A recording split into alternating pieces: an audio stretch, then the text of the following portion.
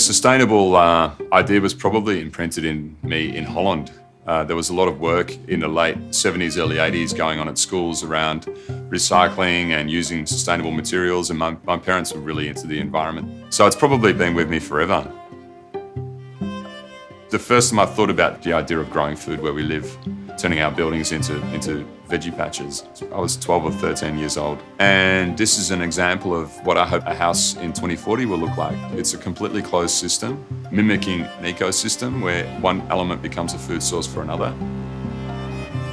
I think the world sees waste. It's out of mind, out of sight. We just generate it, but it doesn't need to exist.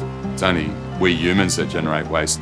So my philosophy is simple. We've designed it into our lives, we need to design it out. For my kids, it's second nature. We live and breathe this stuff. And I'm hoping that I instill the same passion for hard work and achieving what you want to achieve, but also appreciate nature and how incredible the natural world is.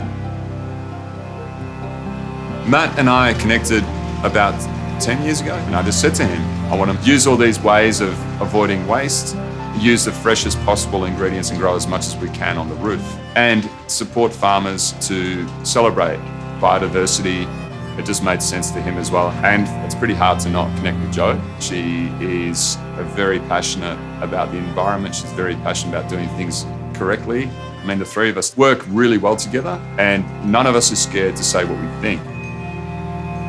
Innovation is key. We're using solar power to run all this incredible equipment. So it's important that we use the most efficient appliances that you can possibly use. The beauty about using this technology is that during the day when we've got excess power, we can set it so that we can dry our clothes, we can do washing, we can even cook remotely with this oven and start to have stuff cooking when we've got excess power. And so it's a bit like farming. You're working with the environment, with nature. Anyone that grows their own food knows that no matter what you do, no matter how hard you try and time it, you always have a surplus. And we rely on a fridge to be able to keep things fresh. The amazing thing about the Miele fridge is that it keeps food so much fresher because it maintains the right humidity and the right temperature. And even after 5 days, you'll find that food is still exactly as fresh as what it was when you put it in. Without doubt, the kitchen is my favourite part of this house, because you open the window and you're straight in the garden. So the idea that you live in an ecosystem is really at the heart of what this building is. And I think there's nothing more powerful than a living, breathing example of a house that can grow its own food.